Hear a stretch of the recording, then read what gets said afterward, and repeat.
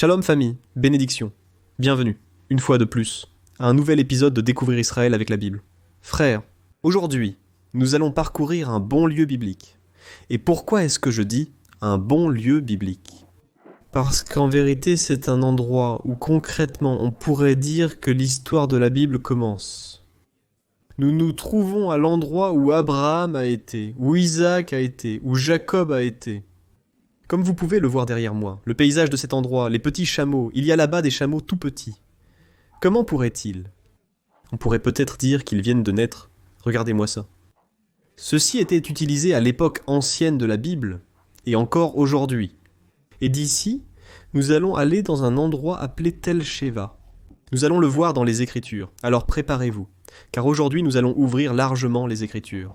Nous allons lire plusieurs événements qui se sont produits là-bas dans la Bible. Et comme je vous le dis toujours, préparez votre petite tasse de café, votre bouteille d'eau, et bienvenue à l'émission d'aujourd'hui. Alors allons-y, accompagnez-nous, nous allons découvrir la terre de la Bible.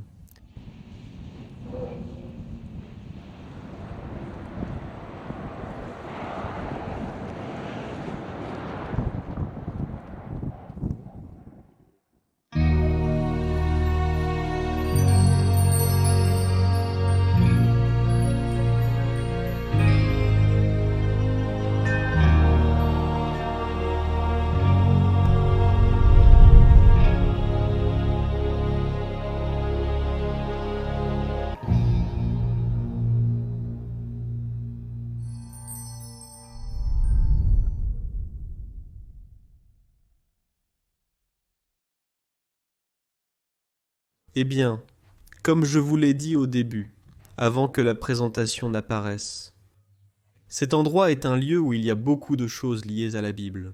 J'ai ici la Bible pour que nous puissions partager et parler un peu de tout cela. Mais la réalité, c'est que je crois aussi que les images vont nous aider, et beaucoup. Donc, comme vous avez aussi vu les cartes et tout ça, comment était la ville par rapport au sujet des couches ? Maintenant, nous allons entrer, nous allons y aller. Mais je voulais m'arrêter un peu ici à l'entrée, pour vous montrer en fait comment Abraham est arrivé jusqu'ici.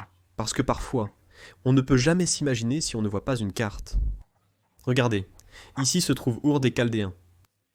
Nous devons aussi comprendre quelque chose de très important. Lorsque Dieu appelle Abraham, il l'appelle depuis Aor, il l'appelle depuis.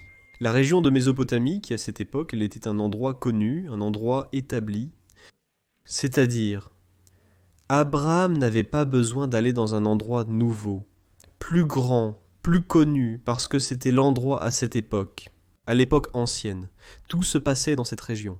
Et c'est ici que Dieu vient et dit à Abraham, « Je veux que tu partes et que tu quittes cet endroit. » Selon le livre de la Genèse, il lui dit, « Pars, car je ferai de toi une grande nation et je te bénirai, et tu seras une bénédiction pour les familles de la terre. » Quand il commence, remarquez que, par exemple, la façon la plus simple de traverser le désert serait de faire une ligne droite, et il arriverait à ce qui était l'ancienne Canaan, la terre des Cananéens.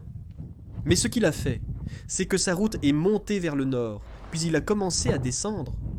Quand il commence à descendre, il commence à passer par différents endroits que nous connaissons aujourd'hui dans les Écritures, où il a aussi construit des autels. Et prêtez-moi attention, parce que nous allons parler un peu du sujet de l'autel. Par exemple, il nous dit qu'il s'est arrêté à Sichem, il nous dit qu'il s'est arrêté à Hébron, il nous dit qu'il y était aussi, Isaac, puis plus tard Jacob, à Bethel. Et on nous parle aussi du mont Moria, la ville de Jérusalem. Mais finalement, ici sur la carte que nous avons, elle n'apparaît pas, et c'est très intéressant. Pourquoi n'apparaît-elle pas ? Parce que la ville de Beersheba n'existait pas à l'époque d'Abraham, c'est-à-dire la ville que nous allons visiter aujourd'hui n'existait pas à l'époque d'Abraham. Pourquoi ? Parce qu'Abraham lui donne un nom. C'est lui qui fonde cette ville, selon... La Bible nous explique comment cela s'est passé. C'est-à-dire qu'il quittait une ville qui avait déjà un nom. Et il venait dans un endroit où il allait déterminer le nom de la ville. Et finalement, c'est d'ici que sortirait ce que nous connaissons comme le début des Écritures. C'est là qu'il va rencontrer Dieu et qu'il va apprendre à mieux le connaître. C'est très important. Alors prêtez-moi une grande attention à ce que je veux vous dire ici aussi. Pourquoi ? Parce que l'importance de l'obéissance. Ma question est la suivante, et réfléchissez-y une seconde. Qu'est-ce qui est venu en premier ? l'obéissance ou la foi? Et la réponse, je vais vous aider. La réponse est que, tout d'abord, ce qui est venu en premier, c'est l'obéissance. C'est-à-dire que ce qu'Abraham a fait en premier, c'est obéir. Et vous savez quoi? C'est très normal, c'est très naturel et c'est très humain. Quand Dieu vient et nous dit quelque chose, parfois nous nous demandons, ou nous voulons lui demander pourquoi. Ou nous voulons lui dire, je ne comprends pas. Et parfois, nous ne pouvons pas avoir la réponse à tous nos pourquoi, ou nous ne pouvons pas tout comprendre à nos je ne comprends pas. Ce que je veux vous dire par là, c'est qu'il suffit simplement d'obéir, de se remettre entre les mains de Dieu, et ce que Dieu va faire va vous aider. Ensuite, plus tard, à que celui qui reçoit une réponse comprenne pourquoi, et que celui qui ne comprend pas soit éclairé. Pourquoi? Parce que vous allez commencer à avoir une relation avec Dieu, tout comme Abraham en a eu une. Le fait de faire le pas de l'obéissance. Cela a généré une croissance dans sa foi. Il a commencé à grandir jour après jour dans la foi avec Dieu, et, par conséquent, il a commencé à le connaître. Et il n'avait pas besoin de demander pourquoi chaque chose, parce qu'il savait déjà pourquoi, parce qu'il connaissait celui qui allait devant lui. Il n'avait pas besoin de dire « je ne comprends pas pourquoi », parce qu'il savait déjà, et il comprenait peu à peu le pourquoi des choses. Parce que, lentement, il commençait déjà à comprendre celui qui allait finalement être appelé Dieu. On allait dire de lui qu'il fut appelé l'ami de Dieu, cet homme grand, homme de foi. Aujourd'hui, nous allons parcourir la ville à laquelle il a donné un nom, la ville de Be'er Sheva, conformément aux Écritures. Mais je veux m'arrêter un instant sur l'autel. Alors, voyons. Maintenant, à cet endroit, il y en a un. Comment dit-on une restauration? Une réplique serait le mot juste d'un autel qui a été trouvé à cet endroit. Alors je vais ranger la carte et préparez-vous parce que maintenant nous allons y aller, vers la zone de l'autel. Merci.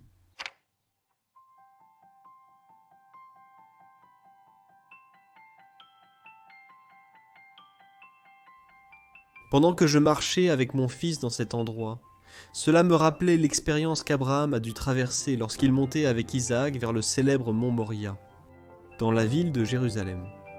Et c'est que parfois, beaucoup d'entre nous se souviennent du dénouement, mais nous oublions le lieu du commencement. Et c'est précisément ici, en ce lieu, qu'Abraham a entendu la voix de Dieu. Et c'est aussi en ce lieu qu'il a dû regarder le ciel et essayer de compter les étoiles. Parce que Dieu lui a dit que ce serait sa descendance, et qu'en lui seraient bénies toutes les nations de la terre. Pendant que je montais, j'essayais aussi d'expliquer à mon fils qu'à l'époque ancienne, on ne devait pas monter ici, mais que c'était un espace plat. Et avec le temps, des couches se sont accumulées, car lorsqu'une armée conquérait l'endroit, elle construisait au-dessus du site conquis. Aujourd'hui, on peut découvrir qu'il y a ici 9 couches de différentes périodes. En résumé, il y a tant à raconter et tant à apprendre.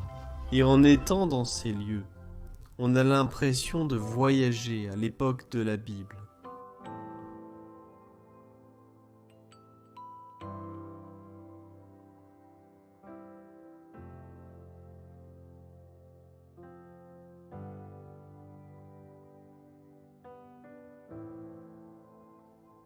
Les fouilles archéologiques sur ce site nous révèlent ce qui suit. Ce lieu a été construit à l'époque cananéenne, c'est-à-dire il y a 4000 ans avant l'ère du Christ. Il y avait ici une ville fortifiée, depuis l'époque des Juges jusqu'à la destruction du premier temple. On a également découvert sur ce site des vestiges de l'époque hellénistique et de l'époque d'Hérode, c'est-à-dire de l'époque romaine. Pendant les périodes byzantines et croisées, il y avait ici un établissement qui fut ensuite détruit, et dont les ruines sont restées jusqu'en 1880, car à cette époque, l'Empire ottoman, c'est-à-dire les Turcs, a commencé à construire la ville de Be'er Sheva, telle que nous la connaissons aujourd'hui, à un endroit plus à l'ouest que tel Be'er Sheva. Vers 1990, d'importants travaux de restauration ont été réalisés sur ce site, et c'est ainsi que de nombreuses couches excavées dans ce tel ont pu être restaurées, laissant apparaître l'histoire basée sur les vestiges des roches sur lesquelles nous allons marcher.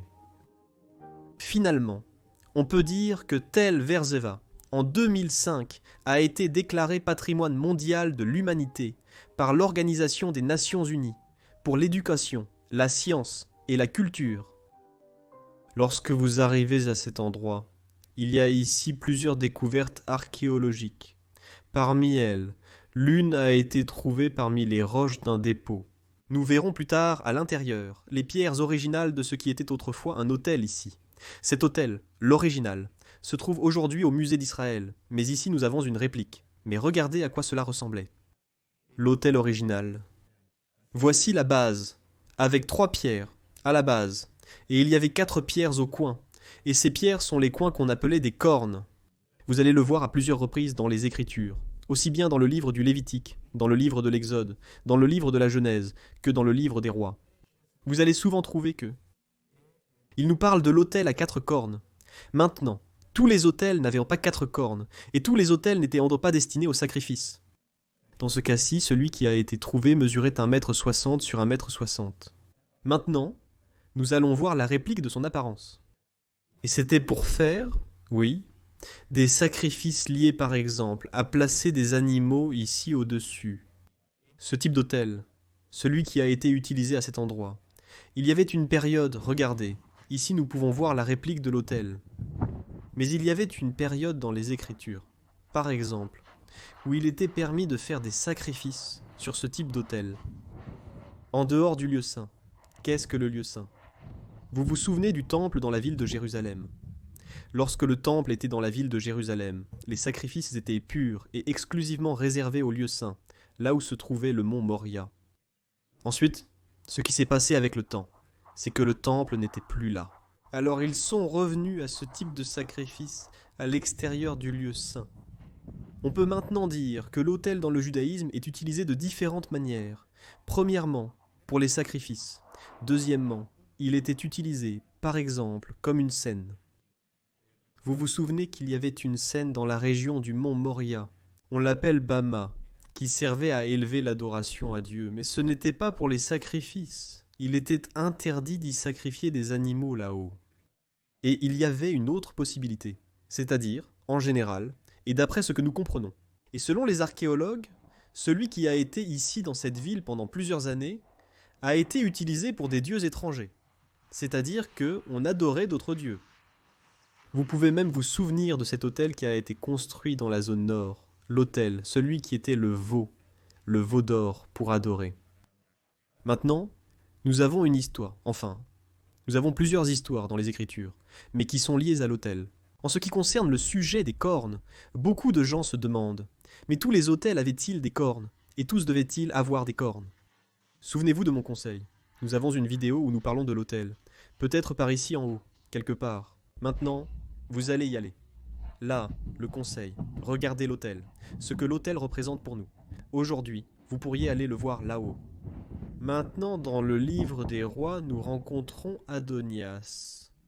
Rappelez-vous qu'il y a eu le problème avec Avshalom, qui s'était révolté contre David. Mais ensuite, Adonias, qui ne s'était pas uni à Absalom. C'est-à-dire ce qu'il fait. Il s'enfuit en courant vers la zone où se trouvait le tabernacle et il s'accroche à la corne de l'autel. Par exemple, il arrive en courant et il ferait quelque chose comme ça en s'accrochant à la corne, c'est-à-dire qu'il la saisit et s'accroche à la corne. Alors il envoie demander au roi de lui pardonner. Et le roi dit que s'il y a en lui une raison de pardon, alors il sera pardonné. Et à la fin, quand il va parler, on lui dit de rentrer chez lui. Finalement, Adonias ne finit pas par mourir. Alors cela parvient aux oreilles de Joab. Vous le verrez dans le prochain chapitre, le chapitre du livre des rois, chapitre 2. Vous avez toute cette histoire. Alors, quand vous avancez dans l'histoire, je vais me mettre de ce côté à cause du vent. Mais restez là, je vais me mettre ici pour que le micro puisse bien capter le son. Ce que Joab a fait, c'était exactement la même chose. Joab était venu et avait aussi saisi la corne. Pourquoi ? Parce qu'Adonias avait été pardonné. Alors il s'est dit, je vais attendre le même résultat. La réalité, c'est que lorsqu'ils arrivent et trouvent Joab accroché à la corne, Joab lui-même se crucifie avec ses propres paroles. On pourrait même dire, parce qu'il dit, je ne bougerai pas d'ici. C'est ici que je vais mourir. Et ce qui se passe, c'est que lorsqu'ils vont le dire à Salomon, Salomon dit, d'accord, qu'ils fassent selon ses paroles, selon ce qu'il a dit. Alors ils viennent et finissent par tuer Joab, même s'il était accroché. Et il finit par mourir, et ils finissent par l'enterrer. Ensuite, le roi Salomon ordonne que l'endroit ne reste pas avec du sang, afin que ce sang ne reste pas pour les générations futures. Maintenant, pourquoi dit-il cela? Et pourquoi l'importance de la purification du sang? Parce qu'ici, sur les cornes, le prêtre, lorsqu'il y avait un sacrifice, ce qu'il devait faire, c'était mettre le sang sur la corne. Même Moïse nous dit dans les Écritures qu'il mettait son doigt avec du sang sur les cornes. Peut-être que pour beaucoup de personnes qui sont nouvelles et ne comprennent pas cela, qu'est-ce que c'est que ces sacrifices et ce sang? Tout ce dont nous parlons, tout, absolument tout, se trouve dans les Écritures. Donc, il est très important d'essayer de lire la deuxième partie des Rois. À partir du chapitre 2 ou du chapitre 1, vous aurez aussi Mario là-bas, en ce qui concerne le sujet de l'autel. Et peut-être qu'ici en dessous, dans les descriptions, nous allons vous mettre plusieurs versets bibliques, pour que vous puissiez avoir un peu plus d'informations sur le sujet de l'autel. Nous n'allons pas trop approfondir ici, parce que nous n'avons pas beaucoup de temps, et en plus nous voulons aller en ville. Entrez là-bas, et vous montrer à quoi ressemble aujourd'hui la ville de Tel Cheval. Information importante. Rappelez-vous qu'il y avait un autel qui se trouvait à l'intérieur du temple, qui était l'autel de l'encens. L'autel de l'encens avait aussi 4 cornes, et il servait aussi pour que le Seigneur reçoive un parfum agréable. Je vous recommande d'aller voir notre vidéo sur l'autel, et rappelez-vous, nous allons mettre les versets comme ceci. Alors accompagnez-moi, je vais chercher la Bible, et nous allons maintenant entrer à l'intérieur de la ville de Tel Berger. Vous avez vu? Vous vous souvenez des 9 couches, d'accord? 9 couches de la ville. C'est pour ça que nous allons arriver en haut. Mais cela ne veut pas dire que la ville biblique était là-haut. Souvenez-vous bien de cela. La ville biblique était dans la première couche. Nous parlons de quelques milliers d'années en arrière. Ce que nous voyons là-haut n'est pas exactement ce qu'Abraham a vu de ses propres yeux, mais nous sommes exactement au même endroit. Regardez ici par exemple. Voici la ville aujourd'hui, telle qu'on la voit aujourd'hui. Ici par exemple, il y a une rivière, ce qu'on appelle la rivière de Hébron, de la ville de Hébron, peut-être plus connue sous ce nom en espagnol, et elle finit par rejoindre la rivière Beersheba. Maintenant, ici, regardez, il y a... Comment appelle-t-on cela? Ceci? On l'appelle, appelons-le puits d'eau, pour que vous puissiez l'interpréter plus facilement. Il a un autre nom, aqueduc, mais cela a aussi été utilisé à une époque ultérieure. Je vais vous en parler un peu tout à l'heure. Ce que nous devons faire maintenant, c'est que nous nous trouvons ici. Regardez, nous sommes très proches de l'aqueduc, l'aqueduc. Vous pouvez le voir ici, là, juste derrière nous. C'est ce que l'on voit exactement à cet endroit, si nous sommes debout ici. À partir d'ici, nous allons commencer à monter et nous allons arriver à l'entrée de la ville. À l'entrée de la ville, regardez bien. On ne peut pas le voir ici, mais il y a comme une couleur bleu clair. Cette couleur bleu clair représente un puits, et ce puits est très important. Et là, nous allons nous arrêter, et je vais vous raconter quelque chose. Pourquoi? Parce que c'est l'un des puits qu'Abraham a creusé. C'est l'un des puits qu'Isaac, plus tard, vient rouvrir. Et il y a une bonne interprétation ou compréhension au sujet des puits. Parce que, voyez-vous, il se trouve en dehors des limites de la ville. Souvenez-vous bien de cela. Parce que je vais vous expliquer pourquoi le puits se trouve en dehors des limites de la ville et non à l'intérieur. Même si vous voyez cet aqueduc. Mais souvenez-vous que cet aqueduc est arrivé des années plus tard. Il n'était pas là. Nous sommes en train d'ouvrir. La ville d'El Telver existe jusqu'à aujourd'hui. Si nous devons remonter un peu plus loin à l'époque ancienne, nous allons découvrir qu'il y avait aussi ici une entrée principale. C'est ainsi qu'on voyait l'entrée à l'époque ancienne. Voici les entrepôts. Nous allons passer par cette zone des entrepôts. Et par ici. Il y avait une tour principale. Et ici se trouvait la maison du général, le responsable, celui qui était, disons, en charge de cet endroit, de ce site. À l'époque du règne, rappelez-vous que le royaume d'Israël a été unifié par le roi David, mais après la mort de Salomon. Même le royaume tombe et se divise en deux, le royaume d'Israël. Lorsque le royaume d'Israël se divise en deux, D'un côté, il y a le territoire d'Israël sur la carte. Et de l'autre côté, dans la partie sud, il y a le territoire de Juda. Cela appartenait au territoire de Juda. C'était l'une des dernières villes fortifiées avant d'atteindre la région d'Égypte, la ville qui appartenait à la frontière de Juda. Et ici, vivaient les généraux qui contrôlaient la zone sud. Ici, par exemple, c'est là où nous allons entrer ensuite. Ce qui concernait la protection de l'aqueduc et comment l'eau était maintenue à l'intérieur de la ville. C'est une réserve de 20 mètres de profondeur et elle contenait 700 mètres cubes d'eau. 700 mètres cubes d'eau. C'était la capacité ici. Une quantité incroyable pour une ville de cette époque. On entre par cet endroit, il faut descendre quelques escaliers. Il y a une entrée par là. Et ensuite, nous allons entrer ici. Ce sont toutes des zones de grottes aujourd'hui, donc ça va aussi être très intéressant. Maintenant, c'est à nous d'aller au soleil, parce que nous allons entrer dans cet endroit. Vous êtes à l'aise ? Rappelez-vous que nous sommes vos mains et vos pieds ici sur le territoire d'Israël, donc le soleil, c'est pour nous. Et vous, restez là-bas avec la climatisation. Avec amour, c'est une blague, mais on y va, on y va.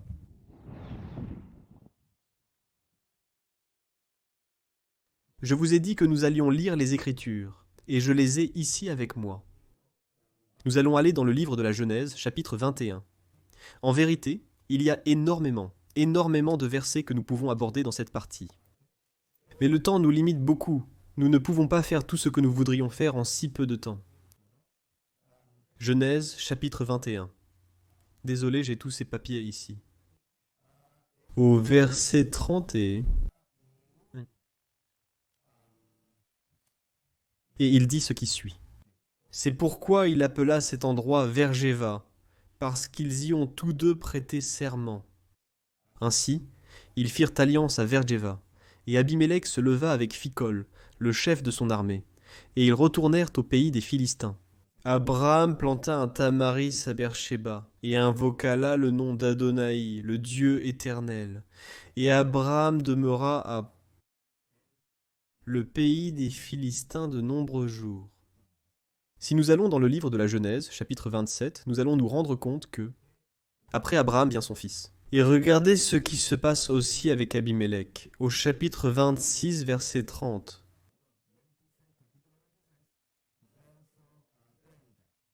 Il est dit, alors il leur fit un banquet, et ils mangèrent et burent. Est-ce qu'il s'agit d'Isaac avec les Philistins ? Et ils se levèrent de bon matin, et se jurèrent fidélité l'un à l'autre. Isaac les congédia, et ils le quittèrent en paix.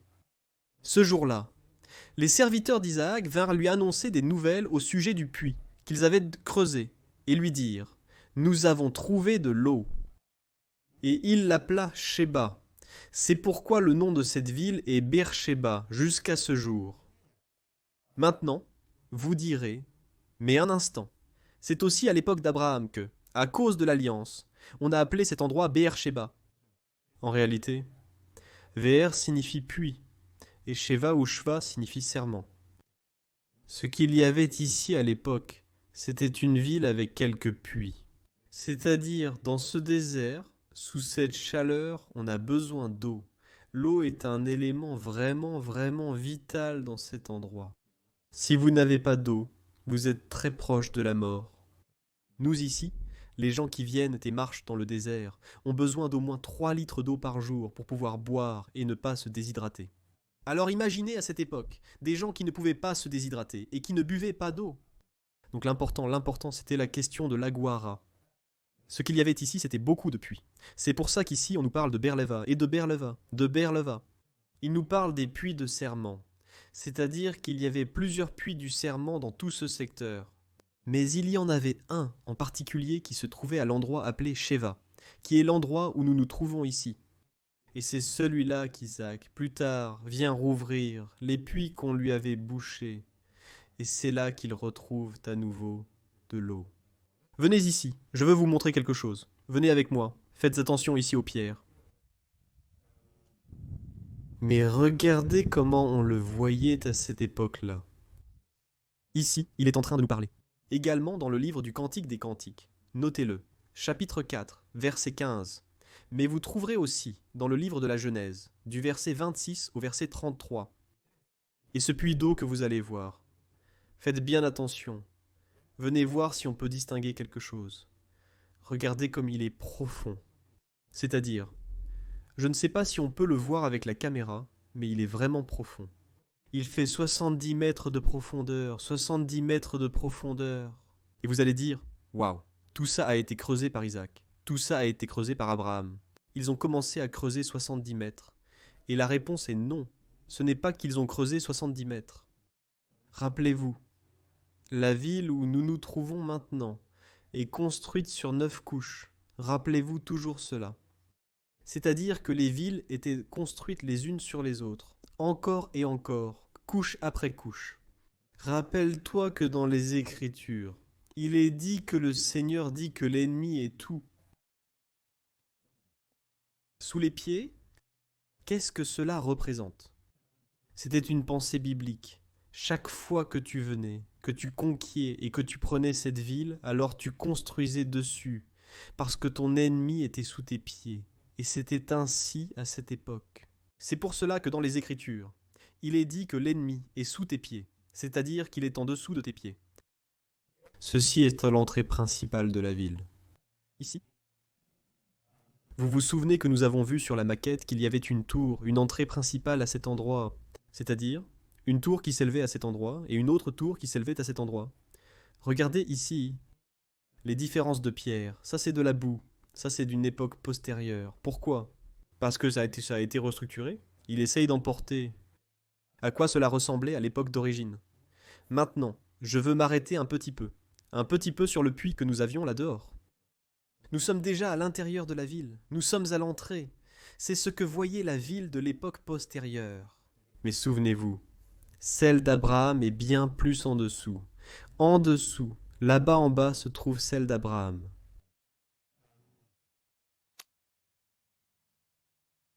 Celle que nous voyons probablement maintenant est celle de l'époque de Juda. D'accord ? Quand le royaume de Juda était ici présent, c'est probablement celle que nous voyons aujourd'hui restructurée, celle qui est restée comme le dernier bastion de l'époque. Maintenant, ce que je veux vous dire, c'est ceci. Le sujet du puits dans les Écritures, va toujours sembler être quelque chose de très important. Tout d'abord, le sujet de l'eau était très important. La Bible nous dit, même Jésus lui-même dit, « Tous ceux qui ont soif, venez à moi et je vous donnerai de l'eau, c'est-à-dire que vous n'aurez plus jamais soif. » Il nous parle aussi de fleuves qui jaillissent de son intérieur pour la vie éternelle. L'eau est vraiment importante. Vous vous souvenez même de cet événement dans les Écritures avec Élie, quand ils viennent et disent « Versez de l'eau sur l'autel, et versez encore de l'eau, et versez encore de l'eau, jusqu'à 3 fois. » Et l'autel, à la fin, il a été consumé. Il y avait une sécheresse à cette époque. Donc, l'eau nous parle beaucoup dans les Écritures. C'est-à-dire qu'il y a plusieurs détails très importants, très intéressants dans les Écritures. Mais dans ce cas, dans le cas des puits, cela nous amène aussi à un fait très intéressant. Pourquoi ? Parce que le puits se trouve à l'extérieur. Regardez, nous sommes sortis maintenant. Nous sommes dehors. Maintenant, si moi, par exemple, j'étais un homme célibataire à l'époque de la Bible, à l'époque de l'Ancien Testament, précisément, et je voulais trouver une petite amie, ou je voulais trouver une épouse. Où était l'endroit où je pouvais trouver une personne ou une femme qui n'était pas mariée ? Et la réponse, c'est au puits. Au puits, en dehors de la ville. Ce travail d'aller chercher de l'eau, de puiser de l'eau. C'était un travail que seules les jeunes filles pouvaient faire et devaient faire. Il n'y avait personne d'autre qui pouvait le faire. C'était réservé uniquement aux jeunes filles. Et faites bien attention, car dans les Écritures, vous allez trouver ce qui suit. Lorsqu'Abraham appelle Éliézer, son serviteur, et lui dit « Va chercher une épouse pour mon fils », vous vous souvenez de ce que fait Éliézer ? Il part et il s'arrête près d'un puits. Et alors il dit « Seigneur, que je trouve grâce et que tu m'aides. » En d'autres termes, je paraphrase parce que j'ai vraiment dit que nous allions beaucoup lire la Bible. Mais le problème du temps nous limite beaucoup. Alors c'est pour cela que nous allons mettre les versets là-dessous. Donc ce qu'il dit concrètement, c'est que je puisse trouver grâce. Et cette femme qui s'incline, qui se penche et qui offre aussi de l'eau pour nous, alors que ce soit celle que tu as choisie. Alors, ce qu'elle fait, qu'est-ce qu'elle fait?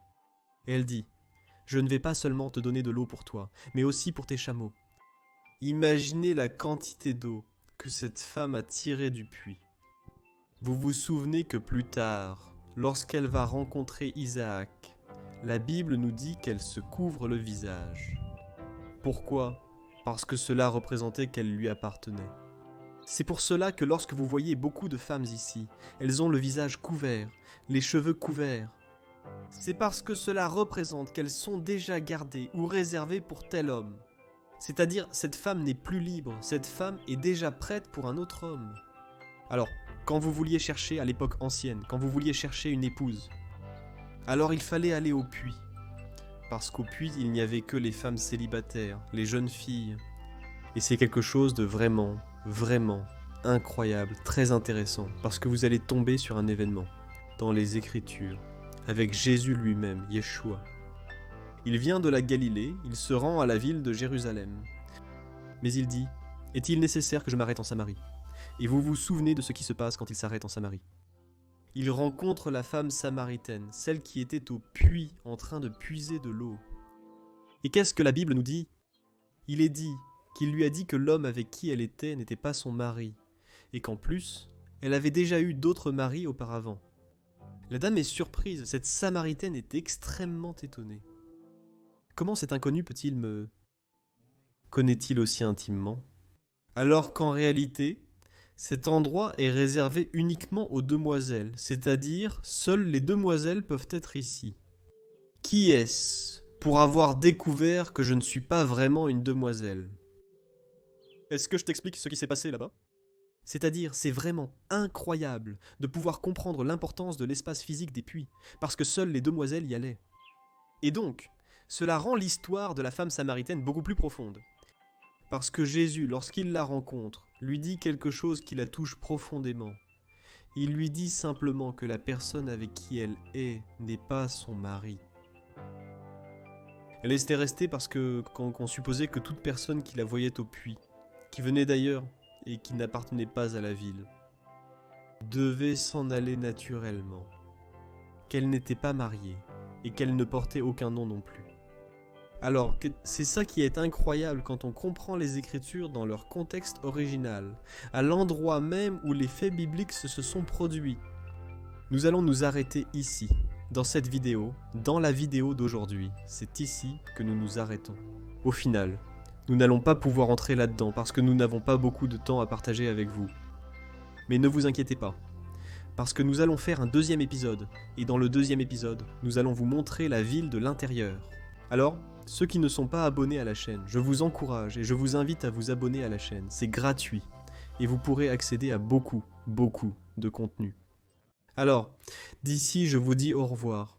Un grand merci de nous avoir accompagnés aujourd'hui. Je sais que le concept de la vidéo d'aujourd'hui était un peu différent de ce à quoi nous sommes habitués. Mais il faut savoir qu'ici, justement à cet endroit, il y a beaucoup d'écritures.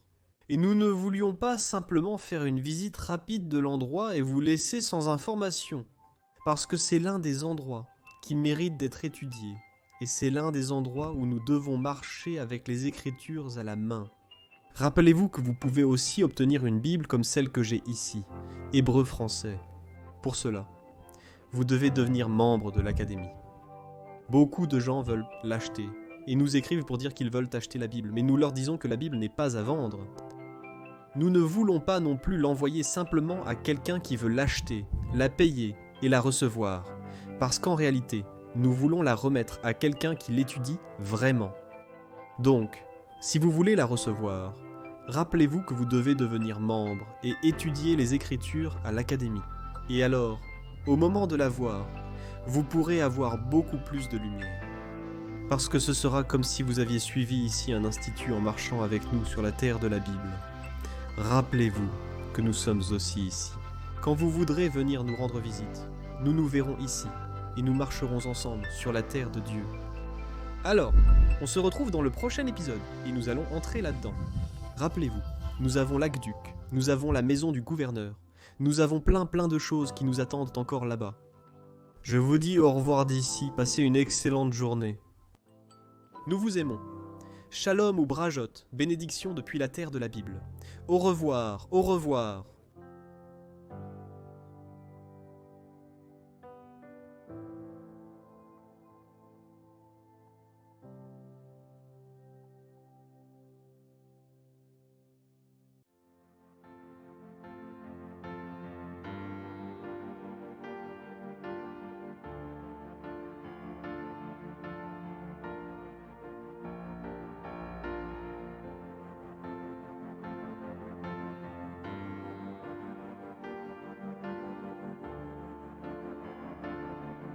Merci.